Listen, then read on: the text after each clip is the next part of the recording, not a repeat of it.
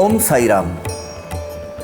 सुखी, संपन्न और आनंददायी जीवन जीने की राह यानी भगवान श्री साई बाबा का श्री साई सच्चरित ये पवित्र पावन ग्रंथ। आइए आध्यात्म मार्ग पर चलिए पवार काका के साथ आनंद लेते हैं श्री साई सच्चरित के भावानुवाद का। ओम साई राम। ओम साई राम। शुरू करते हैं साई सच्चरित अध्याय 2 वो भी 64 यानी 64। अहम समर्पण करते ही चरणों पर आनंद मिलेगा अपरंपार, सकल सुखों का संसार अहंकार नष्ट होते ही। स्वयं का जो अभिमान, जो अपने अंदर का मैं तुम्हें नहीं जानता, मैं कौन हूँ, ये जो वाला मैं है ना, ये साई समर्थ के चरणों में अर्पण कर देना चाहिए।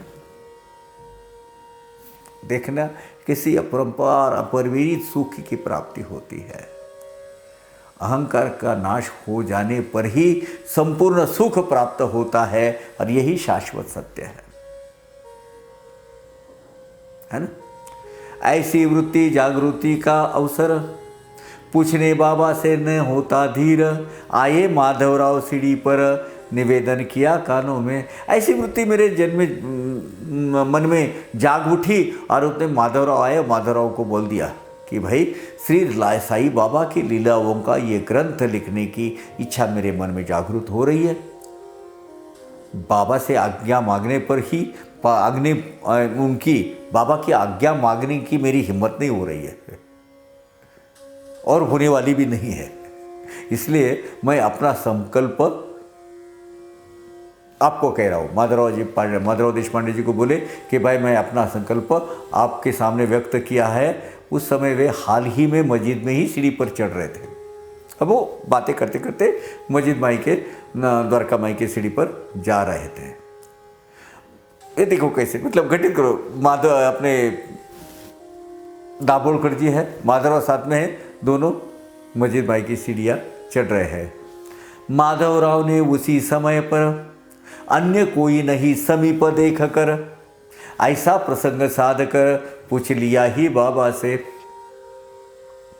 तब बाबा के पास कोई नहीं था, ऐसा मौका साध कर, ऐसा अवसर देखकर माधवराव ने उसी समय बाबा के सामने ये विषय छेड़ दिया,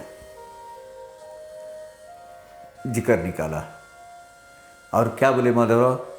बाबा ये अन्ना साहेब वदती, चरित्र आपके यथामति, लिखे यही इनके मन में वृत्ति। बाबा ये अन्ना साहेब वदती, चरित्र आपके यथामति, लिखे यही इनके मन में अति, यदि अनुमति हो आपकी। तो माधवराव जी ने बोला, बाबा ये दाभोलकर साहब, गोविंद रघुनाथ दाभोलकर अर्थात अन्ना साहब उनको कहते थे, तो ये अन्ना साहब जो है, अगर आपकी ये अनुमति हो तो आपका चरित्र अपनी क्षमता और योग्यता अनुसार लिखने की मेरी ये इनकी इच्छा है। ऐसा वो कह रहे, इनकी इच्छा है, तो क्या करूं? तो बाबा कह रहे, क्या? पहले तो नकारा, क्या बोले? अरे मैं तो केवल एक भिखारी, करता भिक्षाटन दारोदारी, रूखी सूखी बाजी भाकरी, खाकर बिताता काल में। क्या बोले? अरे मैं तो एक केवल भिखारी फकीर हूँ, लोगों के द्वार द्वार पर जाकर भिक्षा मांगता हूँ। भिक्षा से प्राप्त हुई रूखी सूखी भाजी भाकरी, जो भी रूखी सूखी रोटी खाकर अपना जीवन यापन करता हूँ, गुजारा कर लेता हूँ। क्या कर रहे हो? मैं फिर क्या प्रयोजन मेरी कथा का, कारण उद्भव होने उपहास का। ऐसा न कहो इस हीरे को स्वर्ण में अवश्य जड़वाना चाहिए। बोले यार मैं इस महज एक सामान्य फकीर हूँ, मेरी कथा क्या लिखते हो, क्या प्रयोजन है उसका? बेकार ही लोगों की उपासना आलोचना का टीका का मैं कारण बन जाऊँगा। नहीं, ऐसा मत करो कुछ भी। फिर हेमाडपंत जी ने हिम्मत जटाई, बोली नहीं भगवान, ऐसी दिल में शंका मत लाओ, ऐसा न कहे प्रभु। इस हीरे को स्वर्ण के कोंदन में अवश्य ही जड़ देना चाहिए, उसको रखना चाहिए, ये जरूरी है। अनुज्ञा जो आपकी मिल जाए, लिख पाएंगे होते आपकी सहाय, अथवा मिलवाएंगे आपके ही चरण द्वय, विघ्न सारे टाल कर। अथवा लिखवाएंगे आपके ही चरण द्वय, विघ्न सारे टाल कर। मैंने कहा, यानी हेमाडपंत जी ने कहा, यदि आपकी आज्ञा होगी ना साईं भगवान, आपका पूर्ण सहकार्य होगा तथा आपका आशीर्वाद अगर मिलेगा तो किसी भी प्रकार की आपत्ति नहीं आएगी, हमें पता है, और ना ही कोई विघ्न बाधा आ सकती है। बस इस प्रकार इस लेखन प्रशस्त होगा, ये पता है मुझे। मिलते ही संतों के आशीर्वचन, हो ही जाता आरंभ ग्रंथ लेखन, बिना आपके कृपा अवलोकन, लेखन निर्विघ्न ना हो पावे। संतों की कृपा, संतों का आशीर्वाद ग्रंथ रचना के शुभारंभ का एक प्रतीक होता है, वो शुभ होता है, आरंभ वो शुभ होता है। आपकी कृपा दृष्टि हुए बिना, आपके आशीर्वाद के बिना लेखन कार्य निर्विघ्न रूप से संपन्न नहीं हो सकता। निर्विघ्न क्या, वो लेखन कार्य ही का उसका आगाज, उसकी शुरुआत नहीं हो सकती प्रभु। ऐसा मेरा मनोगत जान, कृपा उपजी साई के मन, कहते मनोरथ होगा पूर्ण, चरणों में शीश नवाया मैंने। क्या बात है, ये कितना सुनहरा क्षण है हमारे सब साईं संत भक्तों के लिए। इसी वक्त बाबा ने हाँ कर दी है साईं सच्चरित, अनुज्ञा दी, आशीर्वाद दिया, जा तेरा मनोरथ पूरा हो जाएगा, तेरी कामना पूरी हो जाएगी। मेरी मन की ये प्रबल इच्छा बाबा ने जानी, मेरे मन की ये प्रबल इच्छा बाबा ने पहचान ली, और उनके मन में मेरे प्रति कृपा उत्पन्न हुई। बाबा ने कहा, जा तेरे मन की इच्छा पूरी हो जाएगी।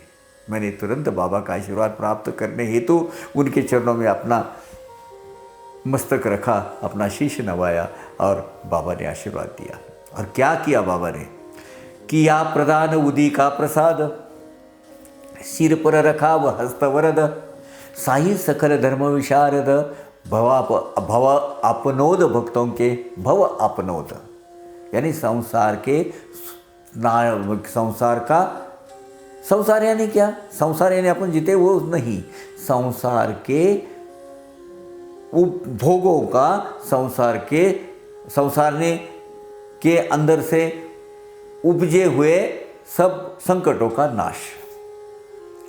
साईं भगवान ने मुझे उदी का प्रसाद दिया, मेरे मस्तक पर अपना आशीर्वाद रखा, अपना हस्त रखा, आशीर्वाद पूर्ण हस्तक रखा मेरे सर के ऊपर।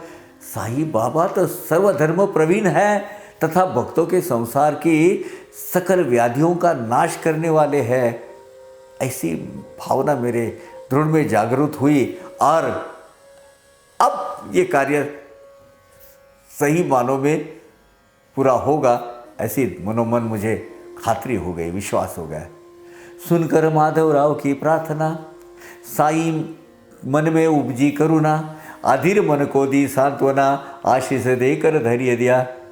माधवराव की ये प्रार्थना सुनकर साईं अनंता को, साईं भगवान को मेरे प्रति दया जाग उठी, मेरी करुणा आई उनको, और मेरे अस्थिर तथा अधीर मन को शांति प्रदान कर उन्होंने मुझे धैर्य युक्त आशीर्वाद प्रदान किया कि जा बेटा, तेरी मन की इच्छा, मन की मुराद पूरी हो जाएगी। जानकर भाव मेरे मन का, जानकर भाव मेरे मन का, अनुज्ञापन हेतु प्रकटन वाचा का, कथा वार्तादि अनुभव का, करना संग्रह विस्तृत सारा। मेरे मन की ये भावना जानकर बाबा ने मुझे पूछा,